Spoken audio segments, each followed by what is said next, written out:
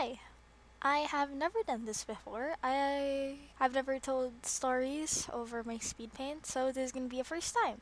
Why am I doing this? It's because I've been making a lot of videos about metal magic and its characters, and the story I've come up with about metal magic.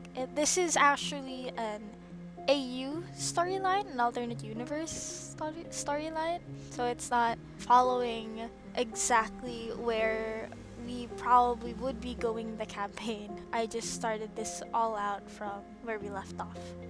I will be putting timestamps on the video so any of you can skip to wherever you want on any part of the video that will be explaining whatever it is. Key points will be what is metal magic, who are these characters, and the character that I will be talking about today. So, what is Metal Magic? Metal Magic is a D&D campaign that is currently ongoing that is hosted or DM'd by my partner, Tomo. I will put his link down below because he has great music and he's an artist. And the players are me, my friend Timski, also an artist, Gelatins, another artist, and Redzen, a really cool gamer guy. And we don't really have much to do because we're all college students and sometimes we have a lot of time in our hands if it's not midterms or finals. So we played a game where we're going to Magic College. Essentially, Metal Magic is, the story is all our characters go to this university called Ambrose. It is a university of magic and knowledge. And since, unlike Hogwarts, since it is Hogwarts inspired, but unlike Hogwarts, they don't start at 12 years old. They start at college age. They will be there not for 4 years, but for 7 because they will be learning their course of magic and a muggle course. I say muggles because it makes sense. Not everyone will know about magic since it's modern day. Not a lot of people will be believing in it. A lot of people would be saying, oh, it's just folklore. So, there are a lot of races, and sometimes people think that if I say muggle, it's just human. No, it's just people who don't believe in magic and don't know it exists.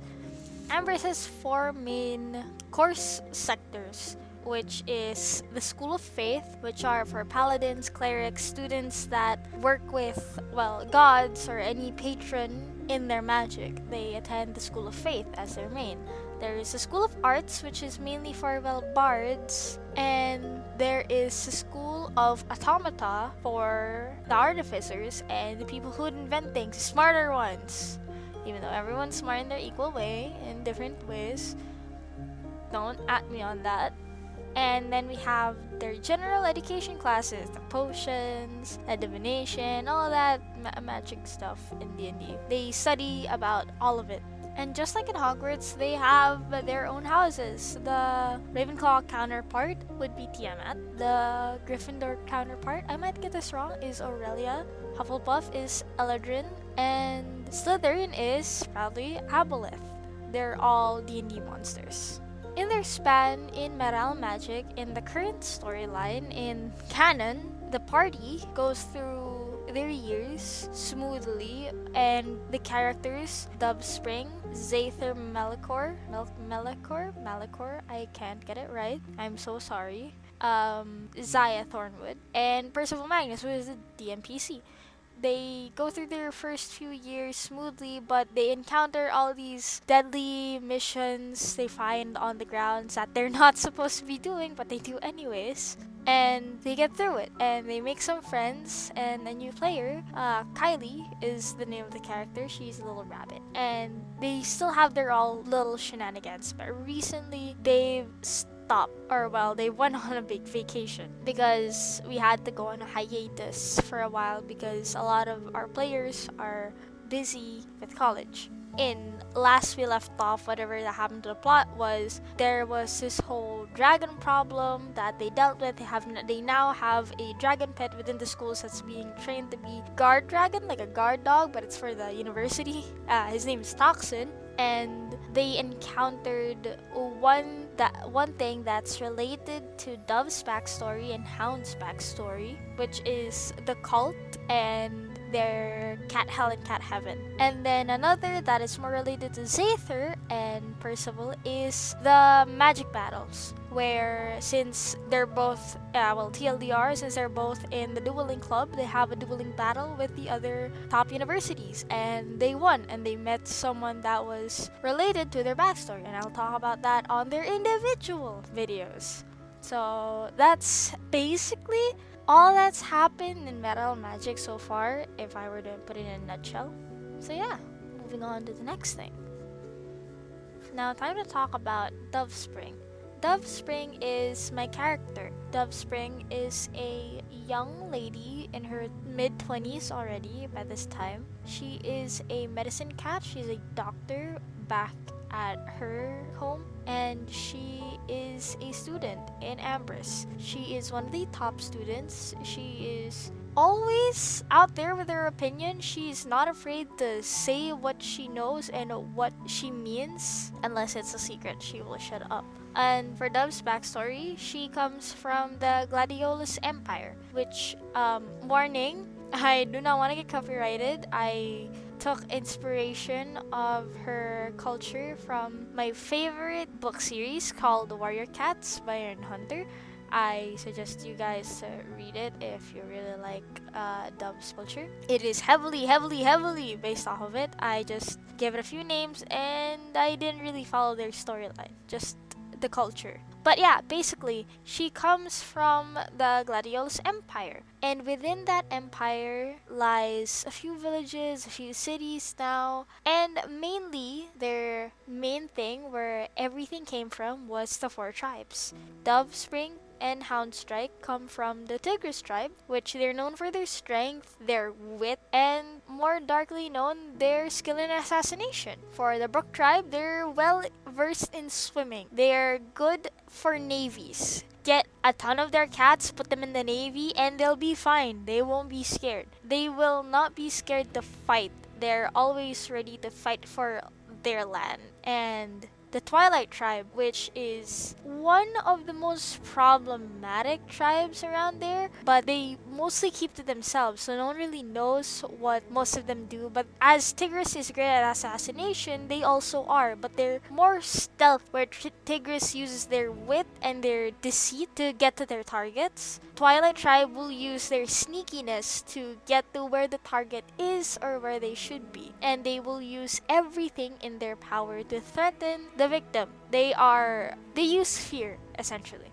And then the Light tribe, the more magic-based tribe. They are, as said, closer to their heavens. Will Starcline, I'm still thinking of a name so I don't get copyrighted for that. They're more closer to their heavens and the stars. That's why they were believed to have innate magic in them as cat folks. And a lot of them are great runners, actually, because their territory are mostly plains or moors and large, very vast land, actually. A lot of them go and end up in a magic university. Not a lot of them stay in the tribe. A lot of them just move out. And yeah, the good thing about them is that even aside from each tribe having their own leaders, they still have their top leader, because back in the day, they were just tribes, but someone helped them in their war and they almost died, but this someone helped them and they thrived with the help of dragons. Well, dragon wardens. And this someone, he joined it so he could be with his lover, to the extent that he would get her culture and he helped them in need, and he became leader. And with his leadership back in the day, everyone recognized him for his heroic actions and his bravery and his wiseness. Even though he does a lot of stupid things, he became the emperor and he protected all 4 tribes and said they will be protected and be one whole empire. They can keep their lands and divisions, but the whole island will be under the empire. And that empire is located near the Philippines. It is not in real life, by the way. Don't go looking for it in the maps. It's just somewhere in one of the islands. It's not seen on the maps because they're known to go off the radar using their magic, where their land would be cloaked and hidden away. So the whole island just goes poof from Muggle World until they rise up again. And they never really fall from their greatness because they invested in a lot of things, and they're an empire, they're very rich, they have a lot of connections. And Dove, back to Dove, I'm sorry. Dove is a princess because she is the daughter of the emperor, who is also the leader of Tigris tribe. Dove is very responsible. She's in all of my characters in D&D, she's the most responsible character. She knows what she can do, and she wants to learn more and help everyone else. She will sacrifice herself, a majority of herself, to help everyone in need, no matter who they are, if they're from another tribe, or even if she doesn't know them. If they're in need, they're bleeding out, they're dying, she will help them as much as she can. And that is something that's great about Dove. That makes her a great doctor.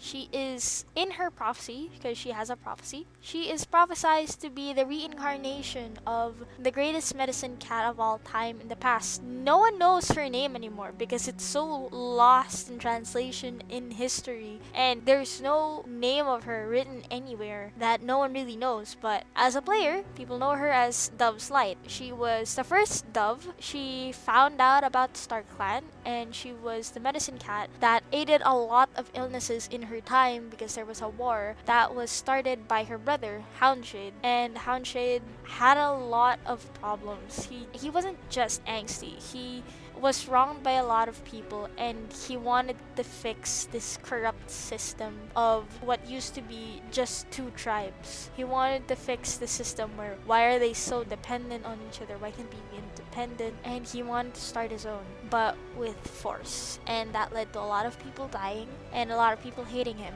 But even with that, Dove's Light cared for him deeply because he's her brother. Even if everyone wanted him dead, she knew he was wrong, and when he was captured and when he was defeated, she healed him. She gave him another chance. Even though everyone doubted her, everyone judged her for it, she didn't care. She still continued to take care of everyone else even then. But with her tries, with her now blind brother and paralyzed, he tried to kill her one last time, which is shown in the last lullaby animatic. He tries to kill her, and she finds out this day that she has to free him from the painful life that he now has to live and endure, which is him never being able to move or see and having to wallow in all his sorrows, never being able to forgive himself. So she gives him his last moments and kills him. And that's her backstory. The prophecy comes in where she and her now cousin, Houndstrike, they will live lives over and over and over again for centuries until they get life right. No one knows exactly what to do, but everyone thinks one has to kill the other to succeed, and that's what they've been doing centuries and centuries over. A lot of them don't even remember what they have to do. All they're told is you have a prophecy and you're going to save the tribe. That is what's given to Dove. And for Hound, he is, well, chucked into hell and given training to be bad, essentially. And she has to kill him. And of course, he would have to defend himself and kill her, but yeah, that's essentially the prophecy. And now, in canon, they talk to each other after a long time of hating each other. After he's killed her, he deeply regrets it and he apologizes. They talk and they forgive each other. They become friends again. They get closer again, and they start living with each other with the whole gang. And everything's nice. Dove currently has a boyfriend, and in my animatics, a husband. Her boyfriend is Percival Magnus, a artificer, if I recall. He's essentially like the Winter Soldier, really cool guy. And he's really smart. He's cocky at times, but he's also responsible, and they balance each other out. They started in a weird way as they were just essentially just a one-night stand, but it got lost in translation, and Percy thought they were a thing and she didn't because he wasn't used to all this stuff. And then they tried it again, and they had a deal: if there actually was feelings there, they'll continue and Dove will stop seeing other people. And essentially that's what happened. Turned out there was feelings, because other than them meeting and doing things, they were friends. They see each other in Ambrose, even though they're not from the same house. Dove being in Aboleth and him being in Tiamat, but that didn't stop them from falling in love. And throughout the campaign, they fell in love further and further. And Dove has a lot of friends. Her best friend is Zaya. She's one of the first people she talked to in the campaign. The whole Percy, Zaya, and Zather are the first people she talked to in Ambrose. And Zaya is her best friend. Zaya's the bright, bouncy, hyper wolf girl in the gang. She's always a positive girl. She's always a good girl. She's always there. She's always happy. She'll always find a way to lighten everyone up with her family's homemade recipe sausages. Because her family is a hunters. But I will talk about more on Zaya on her own video. But essentially right now, all I can say is they're best friends. Really good best friends. Though it can't be denied that Dove Spring is depressed. A lot of the missions that they've encountered was harrowing to her, and it gave her a lot of trauma, and she's trying to go through it with her head held high, knowing all her responsibilities she still has and has to live up to and live with. She keeps going, and that's it for what I have to say about who Dove Spring is. And that's about all I could remember that I could talk about with Dove. And now we move on to the animatics. In the animatics, we don't follow exactly where the campaign would be ongoing from canon. We start off at where we left off, which was what I said in the beginning, and it's all an AU. It's like all an alternative universe where what I imagined what would have happened from Dove and her prophecy fulfilling would lead up to. And that's all of the animatics, since there's like explanations to every single animatic in the description. I don't really have to explain it here. But yeah, please do go check them out. A lot of them are in order, especially the first few ones, from the last lullaby to the fight and the confrontation. Those are very lore heavy. And yeah, for free, that animatic, it's more of Dove and Zaya's backstory and how they're similar in ways. And then Get This Right is a little happy little animatic where it shows Dove has a life with, well, Percy. And yeah, that's about it really. And I hope you enjoyed the art and this whole thing. I don't know if I'm gonna keep doing this. I might see where this goes, and if it goes well, I'll keep doing this type of thing. If not, I might try another format to explain which characters are who. So yeah, I hope you enjoyed.